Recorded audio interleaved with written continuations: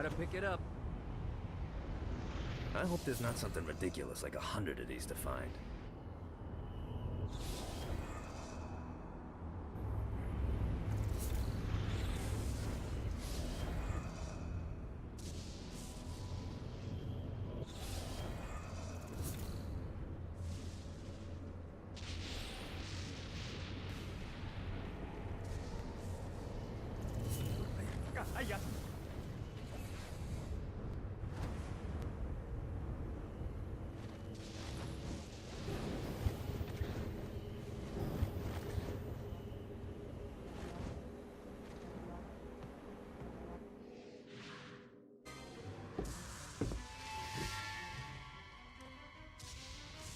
Abandoned ship! We've been boarded!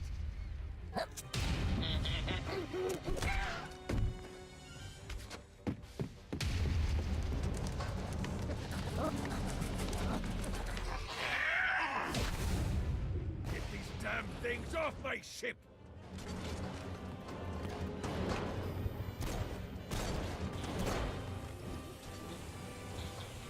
Who's laughing now?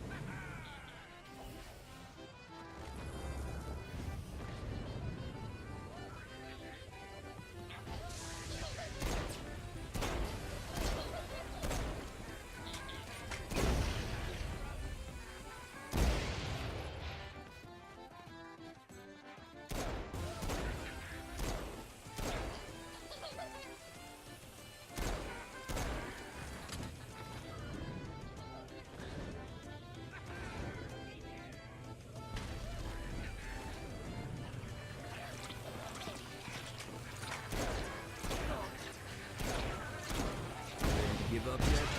Scourge of the seven seas!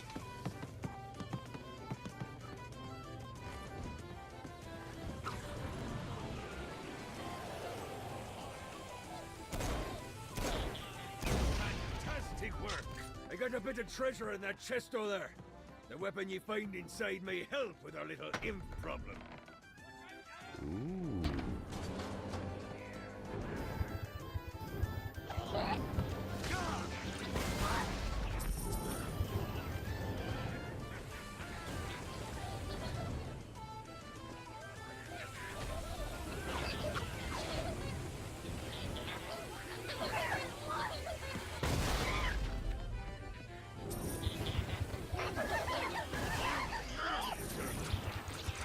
I summoned these imps to serve as my crew. I forgot what a handful they could be. Once aboard, they wouldn't listen to their captain. They ran amok in the bowels of the ship.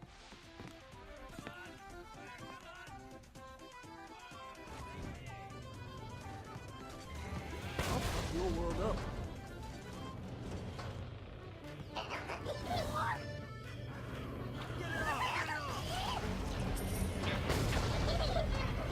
Good God, they're swarming me! Fighting little bastard. Hey, it's okay to drop the pirate voice. What pirate voice would that be? Wow.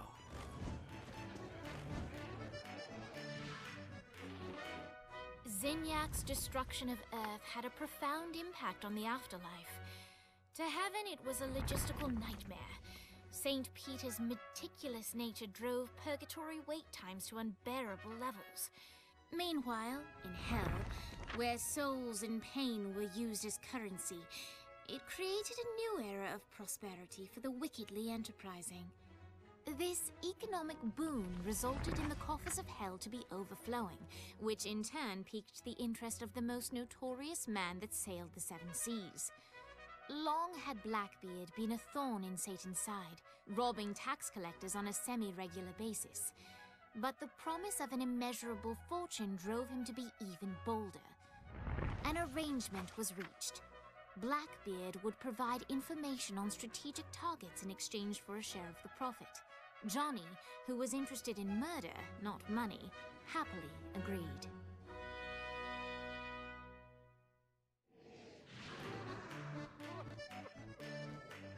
Grants ye the ability to summon my crew whenever they're needed.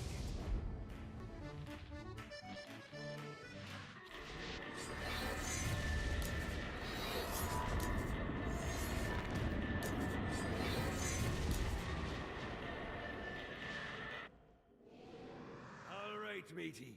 It's time for your lesson. Let's summon me favorite scurvy little hellion, the Imp. Why don't you start off by summoning an imp to take out those enemies?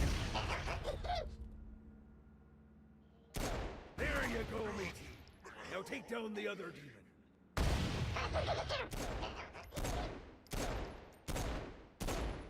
Those little ankle biters are vicious. Now let's practice your aim.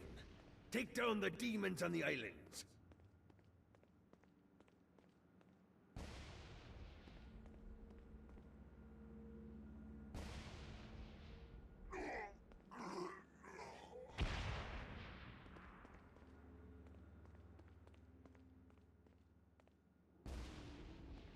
Few things are as rewarding as pressing someone into service, am I right?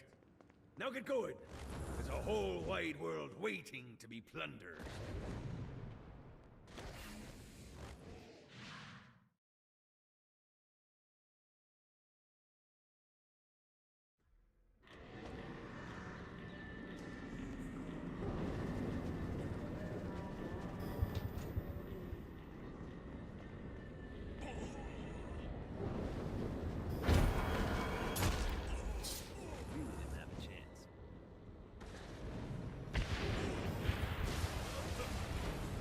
This feels good. I raided a Centerpol office and found information on where the president is being kept. Evidently, they've been trapped in some sort of soul crystal inside Satan's palace. Breaking in is an impossibility. Your best bet to save them is to...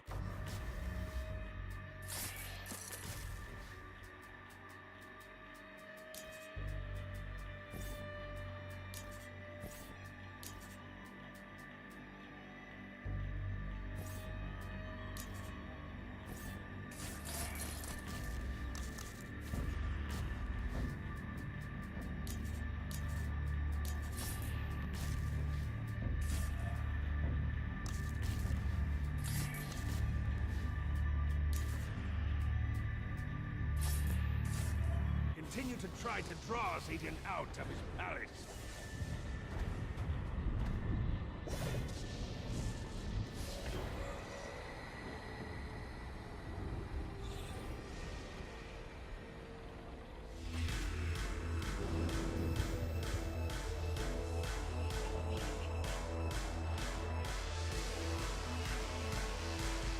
Lights up. William Shakespeare, humanity's greatest playwright, and hell's most diabolical purveyor of entertainment, looks on as a brave mortal on an Orphean quest enters. The bard's interest is piqued, and he looks to test his visitor's mettle.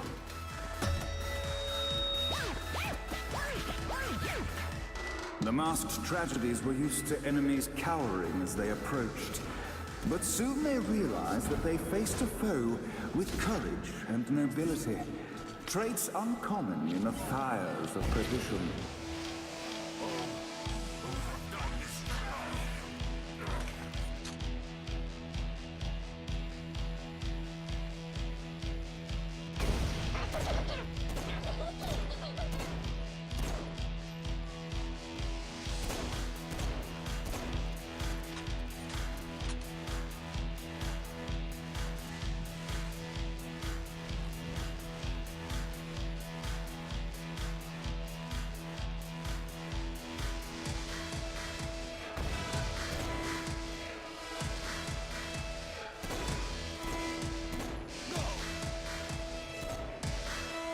The inciting incident resolved. The time had come for rising action.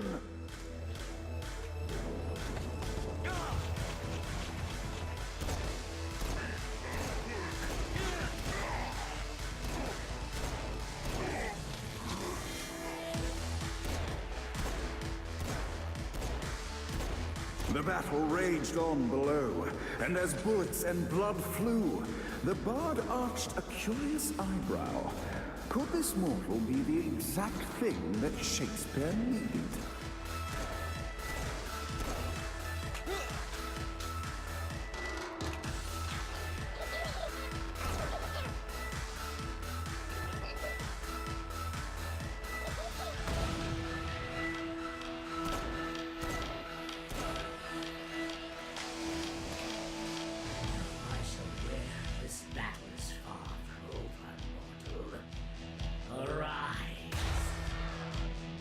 And now,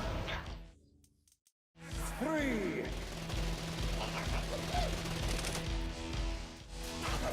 Oh, I feel much better.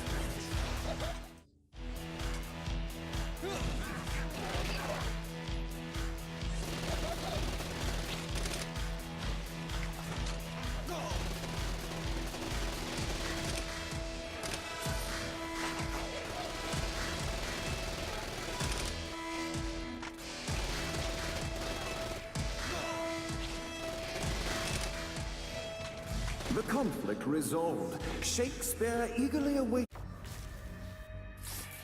meeting the champion that dispatched so many of his men. Undoubtedly, they were here for the bard's aid. And while happy endings were not a thing found in hell, Shakespeare always had a soft spot for comedies. In the land of the living, William Shakespeare is regarded as one of the most prolific playwrights of all time. However, to the denizens of hell, the bard is seen in a far different light. After selling his soul for fame and adoration, Shakespeare served in hell as Satan's spy master general. In doing his duty, Shakespeare would punish the souls he was investigating by forcing them to perform in grotesque passion plays for Satan's amusement. But in a Twelfth Night-esque twist, Shakespeare found himself living a double life. While he projected an image of cruelty, his heart was as soft as Jezebel's. In secret, he would tutor her on the classics and act out the works of his mortal days. When Satan found out, he cast Shakespeare out of the palace, believing that the poet would be tormented by the populace of hell, far out of Jezebel's sight. But Satan had not counted on the bard's cunning. Embracing his persona of master torturer, Shakespeare and his followers, the tragedies, took root in the entertainment district, biding their time for revenge.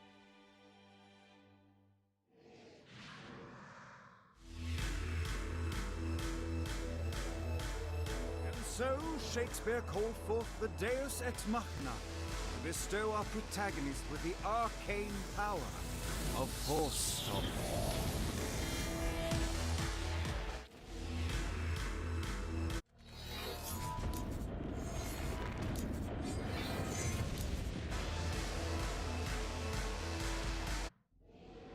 Lights up. The mortal stands in the training grounds, eager to try out his new Force Stomp power on the group of demons in front of them.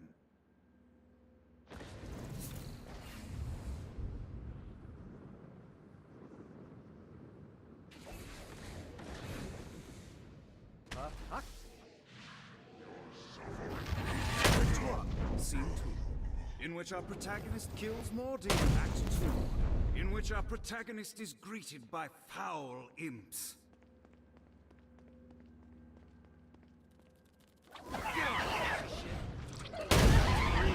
In which our protagonist learns that Force Stomp even works on flying enemies, enabling them to remove a dark inciter's shield. The day is won, and the curtain closes on our noble hero.